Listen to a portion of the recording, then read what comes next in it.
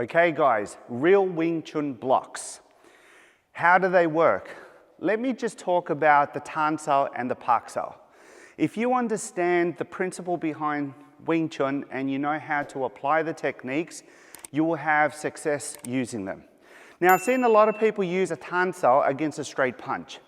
So Sean punches, Tan Sao, and they go in with a punch to the face. When that is happening, in my opinion, that way of applying the Tan Sao won't work for various reasons.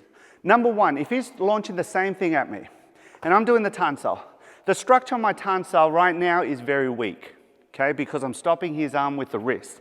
And not only that, what happens if I miss? Because some people don't just punch straight, some people punch a little bit higher and then I will completely miss the punch. And even if I did stop the punch, how am I going to punch his face if how he's positioning the arm won't allow me to go to the face?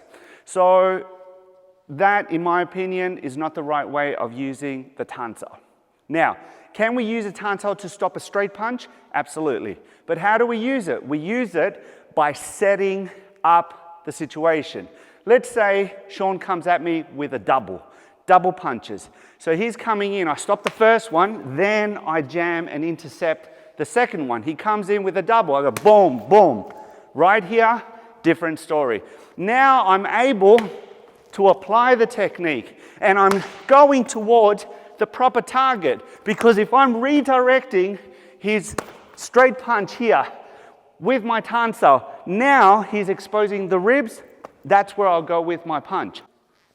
And when I'm stopping using my Tan Sao, I'm using the proper structure of the Tan Sao right here, using the forearm, the base closer towards the elbow, and then I'm able to follow up with my counter attack.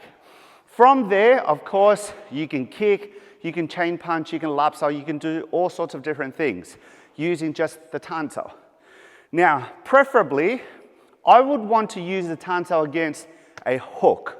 He comes at me, I can intercept, then follow up from that same position. He comes at me, I can go, right? So I'm using the Tan Sao, turning in, facing, intercepting the hook that's coming at me and using the proper structure of my Tan Sao to be able to stop that. And then once I see that punch, I can take advantage of where he's open, right here, and then follow up with the chain punches. Simple yet so effective. Now let's talk about Pak Sao. The Pak Sao technique, you must use your Pak Sao with the proper footwork. That way you can reach the target. So let's say I'm setting up the situation again with a 1-2 or against the 1-2.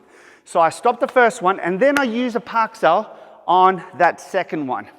So instead of me using a Tan Sao, I'm using the Pak Sao. So I set up and I go in on that second movement right here. Now, for me to be able to apply this technique and use it effectively with proper power, as I said, I need to use my stance. So what does that mean?